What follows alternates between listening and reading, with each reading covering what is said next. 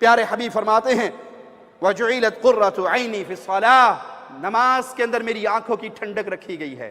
اور ہمیں نماز پر ہی دنیا کے سارے کام یاد آتے ہیں۔ آپ نے کئی لوگوں کو دیکھا ہوگا، اللہ ایسے بد نصیبوں میں ہمارا شمار نہ کرے، نماز کھڑی ہوتی ہے اور وہ دروازے کے پاس ٹیلی فون پہ لگے ہوئے ہوتے ہیں، دیکھا نہیں؟ وہ جی بڑی ضروری کال آ گئی تھی، بہت ضروری کال آ گئی تھی۔ تیرے لیے مخلوق کی کال اتنی ضروری ہے کہ تو نے خالق کی ملاقات کو ہی لیٹ کر دیا اور چھوڑ دیا؟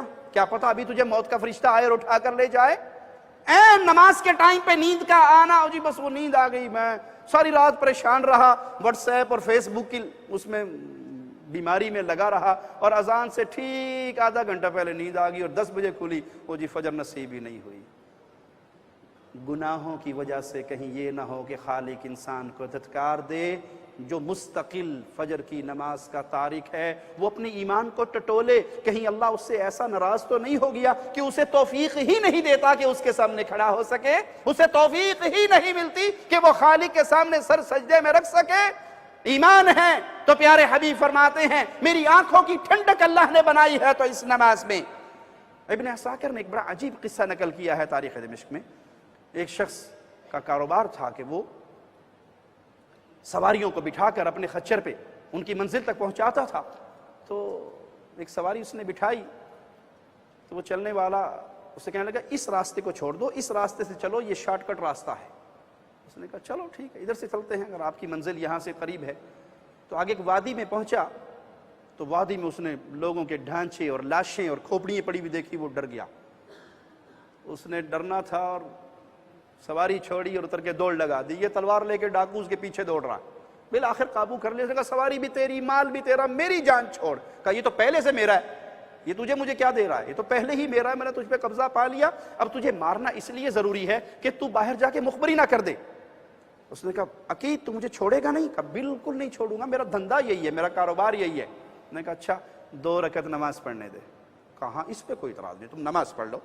اس نے 2 رکعت نماز پڑھی، اب ٹینشن کے اندر اسے کچھ یاد ہی نہیں آ رہا کہ پڑھنا کیا ہے، اور اچانک اس کی زبان پہ آواز آتی ہے امن یجیب المضطر اذا دعا۔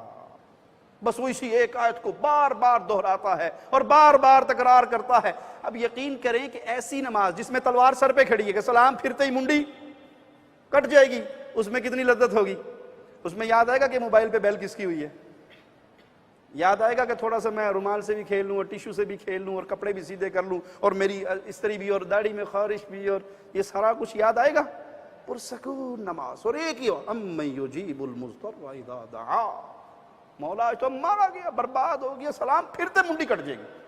خالق اپنی رحمت سے اپنے جندیوں میں سے کسی جندی کو بھیجتا ہے کہ اچانک وادی کے اندر گھوڑ سوار داخل ہوتا ہے، اور جس طرح وہ تیزی سے آتا ہے اس ڈاکو کی گردن کو اڑاتا ہوا نکل جاتا ہے۔